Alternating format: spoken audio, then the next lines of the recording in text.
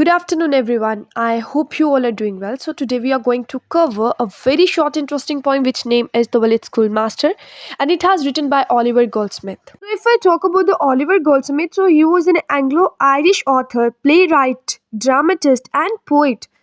He was the best known for his plays The Good Natured Man, She Stoops to Conquer, as well as his pastoral poetry, The Deserted village. Poem की बात कर ली जाए तो ये इन्हीं का deserted village का एक फ्रेगमेंट है, ठीक है। और इस टर्म में जो विलेज वर्ड यूज हुआ है इस चीज़ का प्रूव है कि रूरल सेटिंग दिखाई गई है, पर स्पीकर का अपना ही होम टाउन हो। इसके अलावा ये जो पोइम है ये एक्सप्रेस करती है स्पीकर के थॉट्स को, उसके फीलिंग को अपने टीचर के बारे में। उनके टीचर का नाम था थॉमस बर्न, और वो पेंटिंग करते हैं एक ऐसी रियलिस्टिक इमेज जिससे पता चलता है कि शायद ये उन्होंने अपने स्कूल मास्टर को ही डेडिकेट की है और वो पोइट का इंस्ट्रक्टर होगा। जिस स्कूल मास्टर को उन्होंने ये पोइम डेडिकेट की है वो वाकई डिज़र्व करते थे लोगों की प्रेजिंग, उनकी अप्रिसिएबल, ठीक है, क्योंकि वो अपनी विजडम की वजह से, लव ऑफ रीडिंग की वजह से पूरे गाँव में मशहूर थे। Without wasting any nanosecond, let's get started. So here is the first stanza. Beside John's straggling fence that skirts the way, with bloomed firs, unprofitable gay. There, in his mansion, skilled to rule, the village master taught his little school. So, the poem opens with a description of school's location. Beside का मतलब है साथ साथ, स्ट्रेगलिंग का मतलब होता है लड़खड़ाना, fence का मतलब होता है बाड़ लगाना, स्कर्ट्स द वे का मतलब होता है पूरे रास्ते को घेर लेना, विद ब्लूम्ड जो कि खिले हुए थे फूल, अनप्रॉफिट का मतलब होता है अनप्रॉफिटेबल जो आपको प्रॉफिट नहीं देती, गे का मतलब होता है खुशी। यहाँ पे मेंशन का मतलब हवेली है, यानी वो अपने स्कूल मास्टर को एक रूलर बता रहा है कि उसके अंदर ऐसी स्किल थी कि वो रूल कर सकता है। तो हमारे जो पोइट है वो बात करते हैं कि एक लड़खड़ाती हुई बाढ़ के साथ साथ एक ऐसे रास्ते पर जहाँ पे फूल लगे हुए थे लेकिन उन्हें देखने वाला कोई नहीं था, वहाँ थी एक ऐसी हवेली जिसमें एक ऐसा बंदा था जो कि रूल करना जानता था, और वो स्कूल मास्टर वहाँ पे छोटे से स्कूल में बच्चों को पढ़ाता था। नहीं, पहले उसने जो स्कूल की लोकेशन है उसकी डिस्क्रिप्शन दी है, ठीक है। उसने बताया क्रुक फेंस है जो कि बेंड हो चुकी है और स्कूल के पास है।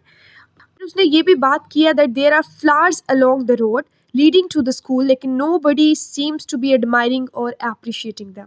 यहाँ पे इन हिज नॉइजी मेंशन का मतलब है कि उसकी हवेली यानी उसके स्कूल में बहुत से ऐसे बच्चे हैं जो शोर करते हैं, यानी बच्चे हैं ऑब्वियसली, तो स्कूल का माहौल बतावे कि वहाँ पे बहुत शोर है। And the village master conduct his lessons there. Second stanza. A man where he was and stern to view. I knew him well, and every truant knew. Well had the boarding crumblings learned to trace the day's disasters in his morning face. So, in this lines, Goldsmith was trying to say that he was familiar with him, and everyone else who was a truant knew that he was a serious man who was tough to guess. वो दिखने में भी गुस्से वाला लगता था, बहुत strict man था इनका जो मास्टर था, और वो था भी स्ट्रिक्ट। एक तो वो दिखने में भी था, व्यू में भी था, लेकिन वो था भी strict. I knew him well, मैं उसे बड़ी अच्छी तरीके से जानता था, एंड एवरी ट्रॉन्ट न्यू, तो हर कोई जो विलेज में बच्चा था, बड़ा था, उसको जानता था। Well had the boarding Trumbulls learn to trace.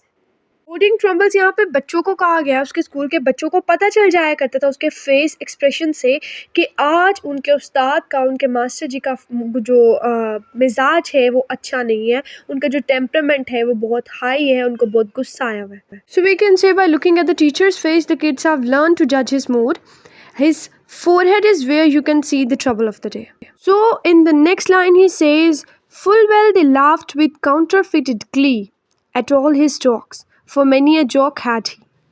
Full well the busy whispers circling around convey the dismal tidings when he frowned. So, in these lines, the poet shows us the other face of his master. He says that although he's a very disciplined, but he's also compassionate and humorous too. He cracks lot of jokes. तो इन lines में हमें पता चलता है कि उनके जो master हैं, जो टीचर थे, वो हंसते भी हैं और वो जोक्स भी बच्चों को क्लास में सुनाते हैं और बच्चे बहुत ज़्यादा हंसते हैं। कंपैशनेट हैं, डिसिप्लिन है, स्ट्रिक्ट हैं, लेकिन इसके साथ साथ वो थोड़े काइंड भी हैं।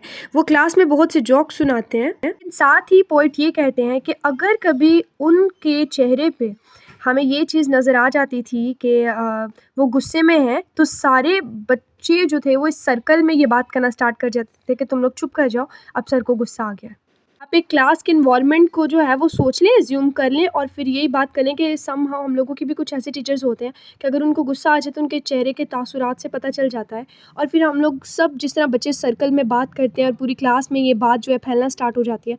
तो यानी स्टूडेंट्स अपने सर को, अपने मास्टर को कितने अच्छे तरीके से जानते थे। Next stanza, he says, yet he was kind, और if swear in aught, the love he bore to learning was in fault. The village all declare how much he knew. There was certain he could ride and chipper too.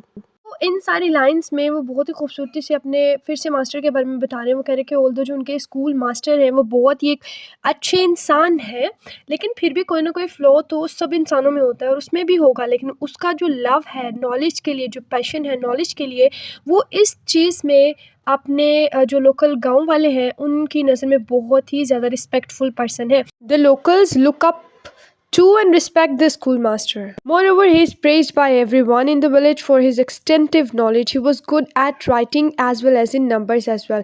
Writing का मतलब वो अच्छे letters लिख सकता है, बहुत अच्छी उसकी राइटिंग है, कुछ भी किसी भी मजमून पे वो लिख सकता है, और वो नंबर्स में भी बहुत अच्छा है, यानी वो मैथमेटिक्स में भी बहुत अच्छा है।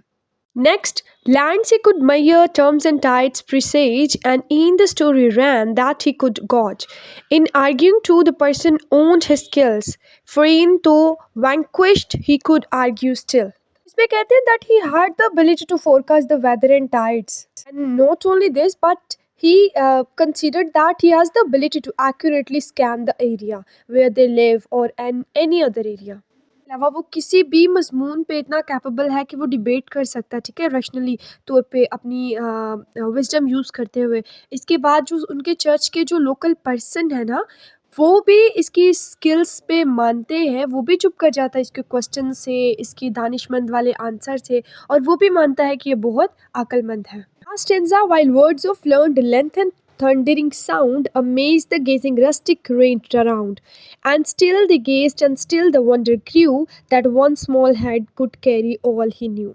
तो इन लाइंस में वो कहते हैं कि उनके मास्टर ने जो अनएजुकेटेड विलेजर्स हैं उनको बहुत ज़्यादा इम्प्रेस किया है, कॉम्प्लेक्स फ्रेजेस बोल के, इमोटिव लैंग्वेज यूज़ करके। स्कूल के क्लर्जी मैन है, पार्सन है, वो भी मास्टर की इस टेक्निक से, डिबेट से बहुत ज़्यादा मुतासिर है। जितने भी विलेजर्स हैं वो सारे परप्लेक्स्ड हैं, वो सारे मतलब इस चीज़ से ये सोचते रहते हैं that how his little brain could hold such vast knowledge. यानी सारे गांव वाले इस चीज़ से परेशान हैं कि इतने छोटे से दिमाग में इतना सारा नॉलेज वो कैसे लिए घूमता रहता है। तो यही थी आज की पोइम। तो अब अगर मैं थीम के बारे में बात करूँ तो ये पोइम ओवरऑल एक स्कूल विलेज स्कूल मास्टर को डेडिकेट की गई है, ठीक है, और वो राइटर के ख़ुद के हेड मास्टर हैं, और बताया गया है कि किस तरह वो कैपेबल है डिबेटिंग करने में, इंगेज करने में लोकल पर्सनस को, उनके पास कितनी एबिलिटी है फोरकास्ट वेदर के बारे में बताने की, एरिया को स्कैन करने की। इसके his students were aware of his good nature and grew him well enough to be able to predict his impending rage. So that is all about today. So I hope you like my video. So don't forget to like, subscribe and share my channel. Thank you so much.